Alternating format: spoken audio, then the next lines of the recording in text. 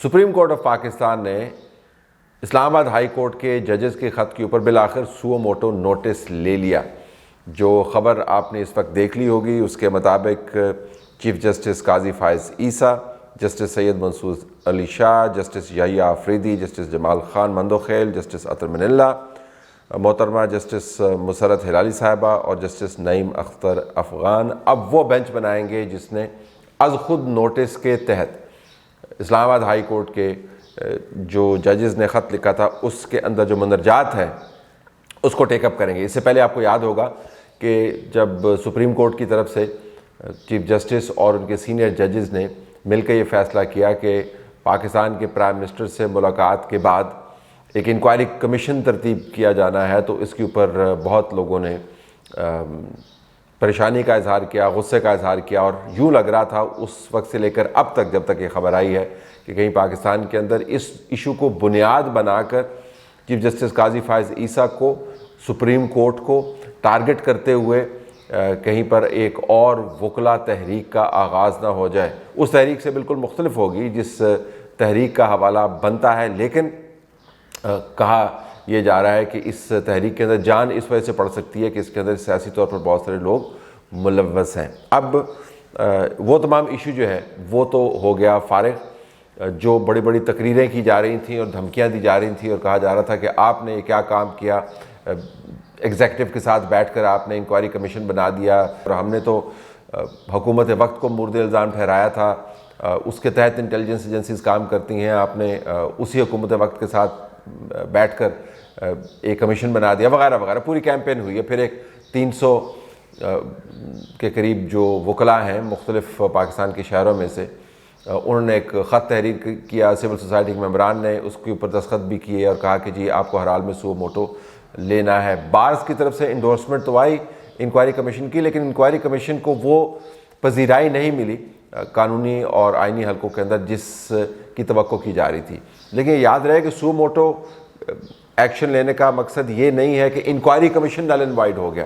یہ بڑا دلچسپ ہوگا دیکھنا کہ انکوائری کمیشن بھی اپنا پیرلل کام کر رہا ہوگا اور عدالت جو ہے سو موٹو نوٹس بھی لے رہی ہوگی۔ جب آپ سو موٹو نوٹس لیتے ہیں تو اس کے بعد تو باقاعدہ ایک پاتھ وے بن جاتا ہے، اس پاتھ وے کے ذریعے تمام معلومات، تمام خواہشات، تمام الزامات، تمام گواہیاں ایک نقطے کے اوپر جا کر مرکوز ہو جاتی ہیں، اور وہ نقطہ ہے سپریم کورٹ کا سو موٹو کا بینچ۔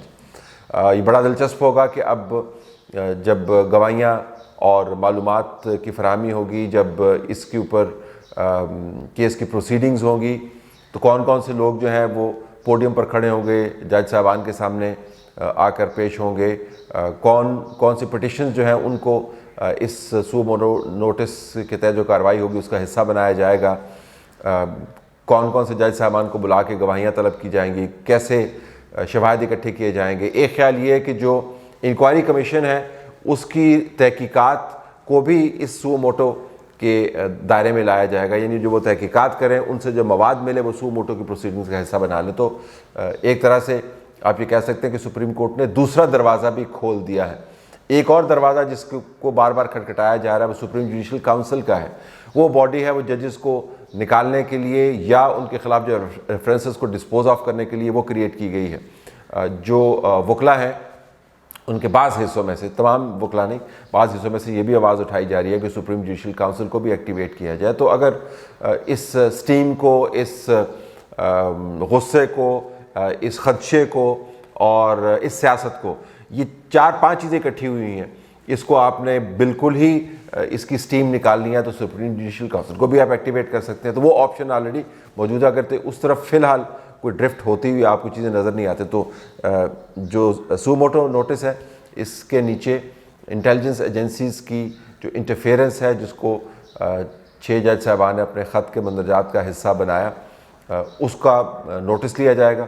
اس خط کے اندر یہ بھی ذہن میں رکھیں کہ اسلام آباد ہائی کورٹ کے جو چیف جسٹس ہیں ان کے بارے میں بھی بڑا مواد اکٹھا کیا گیا ہے۔ انفیکٹ جو اس خط کے ساتھ انیکسچر لگایا گیا ہے، انیکسچر بی، اس کے اندر اگر 12-13 معاملات اٹھائے گئے ہیں تو ان میں سے 11 کا تعلق جو ہے کہ اسلام آباد ہائی کورٹ کے جو چیف جسٹس ہیں وہ کورٹ چلاتے کیسے ہیں، اور جو بالواسطہ الزام لگایا گیا وہ یہ لگایا گیا ہے کہ یہ کورٹ چلاتے اس وجہ سے، اس طریقے سے باقی ججز کو نکال کے کہ ان کے اوپر دباؤ ہے. یہ کہا نہیں گیا لیکن امپلائی کیا گیا. تو وہ بھی دیکھنا ہوگا کہ اسلام آباد ہائی کورٹ کے چیف جسٹس کا جو طرز عمل ہے وہ سامنے آتا ہی نہیں آتا. پھر یہ بھی آپ کے ذہن میں ہوگا کہ الزامات کو آپ کو ثابت کرنا پڑے گا. اس کے اندر کراس کوسچننگ ہوگی. جو سو موٹو کی ہم نے پروسیڈنگز پہلے دیکھی ہیں اس کے اندر تو بہت تفصیل میں جاتے ہیں. تو اس میں طاقت بہت زیادہ ہے سپریم کورٹ کے بینچ کی. وہ کسی کو بھی طلب کر سکتا ہے. وہ کسی ڈیفینس سیکرٹری کو بلا سکتا ہے, وہ DGI کو بلا سکتا ہے, وہ آرمی چیف کو بلا سکتا ہے. تو طاقت ان کے پاس بہت زیادہ ہے. سیکٹر کمانڈرز کو بلا سکتا ہے. تو آپ یہ سمجھیں کہ اب سپریم کورٹ نے اپنا سب سے بڑا ہتھیار جو ہے سو موٹو کا, اس اختیار کو استعمال کرتے ہوئے انہوں نے اس معاملے کو ٹیک اپ کیا ہے. یہ پاتھ بریکنگ ہو سکتا ہے پاکستان کے لیے, کیونکہ بہت عرصے سے پاکستان کے اندر ایک لڑائی بلڈ اپ ہو رہی ہے. اور پہلے وہ ایک خاندان کے اندر کی لڑائی کی طرح اس کا آغاز ہوا جب ایک پیج 2 لخت ہو گیا. تو جو عمران پروجیکٹ تھا جو ٹوٹ گیا, تو جو ہی خاندان کے اندر اس قسم کی لڑائیاں ہوتی ہیں نا تو جائیدادوں پہ جھگڑے شروع ہو جاتے ہیں. تو پھر جھگڑے شروع ہو گئے اس خاندان کے اندر. عمران خان جھگڑتے ہوئے جیل کے اندر چلے گئے, بیچ میں کود پڑے انتخابات کے بیچ میں دھنائی ہو گئی. ہم نے کہا خاندان کے جھگڑوں کے اندر جب کوئی بیچ میں کودتا ہے تو اس کی مرمت زیادہ ہو جاتی ہے. جو بھی بیچ میں آیا, نون لیگ بیچ میں آئی تو اس کی مرمت زیادہ ہو گئی.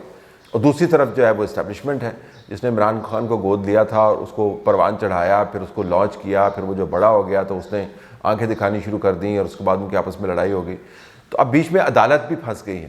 یہ تمام معاملہ اتنا سادہ نہیں ہے کہ جنرل مشرف کے دور کی طرح کہ آپ نے ایک چیف جسٹس کو نکال دیا, وہ کلاس کے پیچھے کھڑے ہو گئے, اس نے جا کے بار اس کو ایڈریس کرنا شروع کر دیا اور تحریک بن گئی, اور اس کے بعد پھر فورس کرنا پڑا کہ آپ کو عدلیہ کو ریسٹور کرنا. اس کے اندر چند جج صاحبان نے مخصوص واقعات کو بنیاد بناتے ہوئے ایگزیکٹو کی پالیسی کے بارے میں جاننا چاہا ہے کہ ایگزیکٹو کی پالیسی کا عدلیہ کو مینیپولیٹ کرنے کی ہے. اور یہ بھی ذہن میں رکھیں ان جج صاحبان نے یہ واقعات جو ہیں پیش کیے ہیں ایک پالیسی کے تسلسل کے انداز سے, لیکن ساتھ یہ بھی کہا ہے کہ ہمیں بتائیں کہ اگر ایسے واقعات ہوتے تو ہم نے رپورٹ کیسے کرنا ہے. تو سپریم کورٹ کے سامنے وہ تمام سوالات موجود ہوں گے اس خط کے اندر اٹھائے گئے.